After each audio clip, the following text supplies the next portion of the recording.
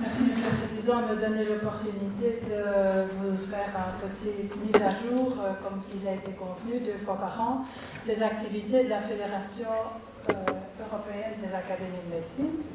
Donc, petit rappel, la Fédération a été créée en 1993, c'était l'époque du début des réglementations de la recherche clinique à l'échelle européenne, et pour faire face à cette complexité des affaires réglementaires de la recherche, 19 académies de médecine se sont coalisées pour émettre des avis indépendants à l'échelle européenne sur toutes sortes de sujets qui concernent la médecine humaine, mais aussi animale, la recherche essentiellement biomédicale, l'éducation et les priorités de santé publique. Alors, l'engagement de l'Académie au cours des 6 derniers mois est que le président Georges Griffin, qui est venu à la dernière séance nous présenter surtout des propositions, des sujets sur son domaine de recherche antimicrobienne résistance, a passé énormément de temps à visiter beaucoup d'académies pour recréer des liens et identifier des sujets d'intérêt commun entre chacune de ces académies, la Suisse, la Hollande, la Belgique, l'Angleterre, Croatie, Portugal, Roumanie, et il y a d'autres visites qui sont en cours. 2 nouveaux staffs ont été sélectionnés, il y a en tout 3 personnes, une qui s'occupe du forum, une qui s'occupe de policy officer, donc qui développe des papiers de science policy. Et il faut dire que l'Académie des sciences anglaises est extrêmement active parce qu'ils ont extrêmement peur du Brexit et finance de manière substantielle pour plusieurs années, notamment la Senior Scientific Policy Officer pour essayer de maintenir l'Angleterre dans la loupe de l'Europe. Alors, régulièrement, la FEAM propose ce qu'on appelle des position papers, et notamment sur tout le nouveau programme de recherche que la Commission européenne est en train de mettre sur pied pour Horizon, et aussi sur le Brexit. Et on a également fait un manifesto. Tous ces documents sont sur le site de la FEAM, donc chacun d'entre vous peut avoir accès à des documents sophistiqués et de grande qualité sur le site de la FEAM. Par ailleurs, 3 fois par an, il y a une newsletter qui est envoyée au secrétaire perpétuel, et je crois savoir que M. le secrétaire perpétuel la dissémine à tous les membres, donc vous pouvez être informés régulièrement de toutes les activités.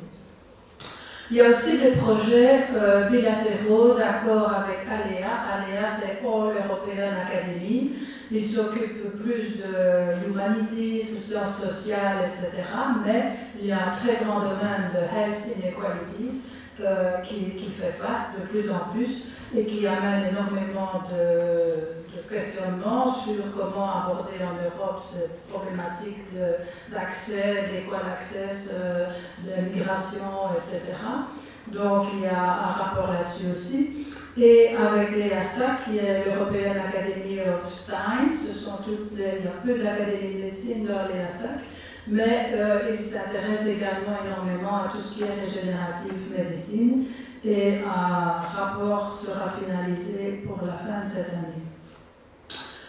La coopération, ça je l'avais expliqué au mois de janvier, donc il y a un énorme projet Scientific Advice for Policy par les académies qui a été financé par la Commission européenne à hauteur de 6 millions d'euros, dont la FEAM reçoit une partie pour tout ce qui est l'aspect médical, parce que ça concerne le transport, les océans, le nucléaire, différents topics.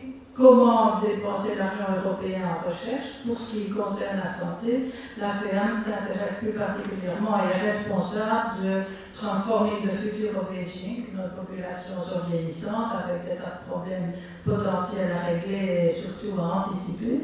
Et donc la FEAM est chargée de projets sur le Future of Aging et aussi sur Climate Change and Health, qui va apporter des nouvelles pathologies ou une nouvelle répartition des pathologies. Et la FEAM est occupée à faire un rapport pour la Commission européenne sur ce sujet dans le cadre du SAPEA. SAPEA sera probablement fini comme c'était prévu en 2020 avec la nouvelle commission. On n'a aucune idée de savoir si le nouveau commissaire recherche va continuer. En tout cas, on se prépare à réappliquer si jamais il y a encore un projet de cette envergure-là à l'échelle européenne. Alors, des discussions plus horizontales avec d'autres partenaires que les académies de médecine, et je vous montrerai dans le slide suivant les partenaires. Il y a 12 partenaires qui s'intéressent à des sujets d'actualité et qui ne doivent pas nécessairement être discutés en circuit fermé académique, qui comprennent l'industrie ou des organisations de recherche, par exemple, et notamment tout ce qui est en Precision Medicine, qui a eu lieu à Genève. Il y a eu lieu ici un très bon séminaire sur la vaccination, et également ici un séminaire très très bien sur Artificial Intelligence and Healthcare, dont les papiers sont également disponibles. Voilà les contributeurs de ce qu'on appelle le Film Forum, donc qui est une ouverture plus horizontale à d'autres partenaires que les académies. Active Citizenship Network, qui sont extrêmement actifs à l'échelle européenne pour représenter les citoyens.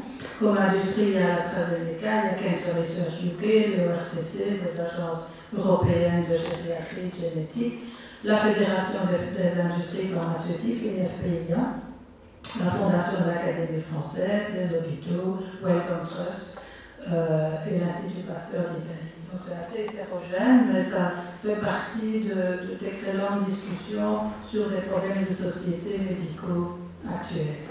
Alors la semaine prochaine, on a notre Assemblée Générale et Council à Bucarest. C'est pour ça que Stéphane Constantinescu n'est pas ici aujourd'hui. Et donc il y a une très grande réunion de 2 jours sur One Health, de nouveau le concept animal et humain.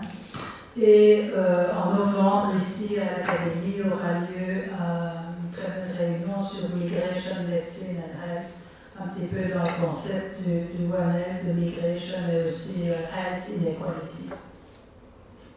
Voilà, j'ai terminé. Merci. Merci beaucoup, Madame.